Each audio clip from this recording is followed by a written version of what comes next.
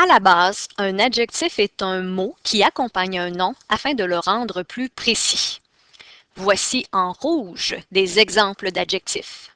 Règle générale, on remarque que l'adjectif épouse le genre, féminin ou masculin, et le nombre, singulier ou pluriel, du nom qui l'accompagne. Mais il y a des cas particuliers, entre autres concernant l'adjectif de couleur et l'adjectif composé. La présente vidéo porte spécifiquement sur les adjectifs de couleur.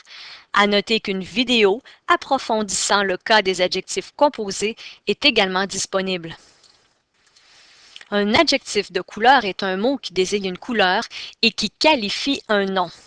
Par exemple, dans les cas suivants, rouge, vert foncé et jaune serein sont des adjectifs de couleur. Que doit-on savoir pour accorder ces adjectifs de couleur? Eh bien, il faut être informé du fait qu'il existe 3 règles importantes. Celle qui concerne l'adjectif de couleur simple, c'est-à-dire qu'une seule couleur accompagne le nom pour le qualifier.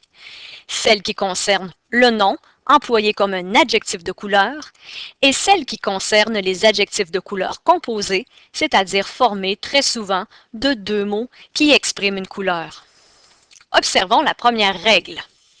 Si un seul adjectif exprimant une couleur accompagne le nom, on accorde tout simplement cette couleur en genre et en nombre, comme on le fait d'ailleurs pour la très grande majorité des adjectifs. Dans les cas suivants, verte s'accorde avec jupe, brun avec cheveux et bleu avec bague. On fera également l'accord pour les adjectifs de couleur dérivés. Dans les nouveaux cas exemples, verdâtre, brunâtre et bleuté s'accordent avec le nom. Mais attention, si c'est un nom qui joue le rôle d'adjectif, on ne doit pas faire l'accord entre l'adjectif et le nom. Soyons donc vigilants quand l'adjectif est en fait un nom de fleur, de pierre précieuse, d'animal, de métal, de fruit, etc. C'est la raison pour laquelle cerise, orange et or n'ont pas épousé le genre et le nombre du nom auquel ils se rapportent.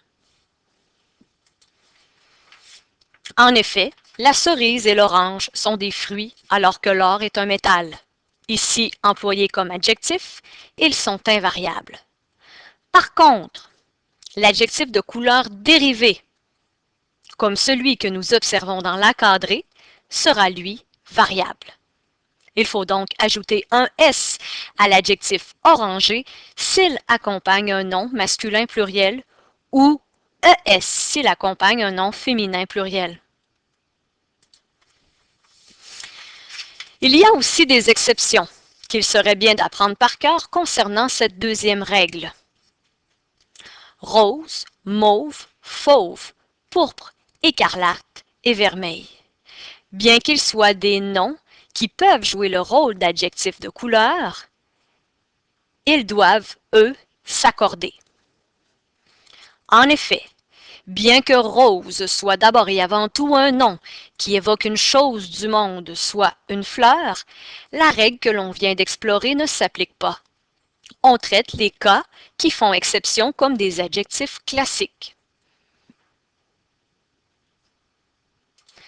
Pour sa part, l'adjectif de couleur composé, c'est-à-dire formé d'un minimum de 2 mots, donne lieu à une règle plutôt simple.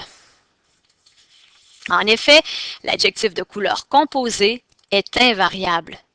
Il est toutefois important de connaître la particularité de cette règle.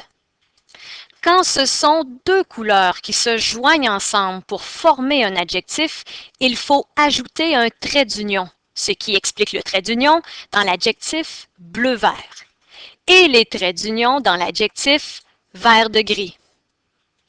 Si gris acier, noir de jet et vert olive sont, eux, dépourvus de traits d'union, il faut comprendre que c'est à cause du nom présent dans leur composition. En effet, l'acier est un métal, le jet est une pierre et l'olive un fruit. Pour en savoir plus sur l'accord des adjectifs de couleur, consultez la bibliothèque virtuelle Alloprof.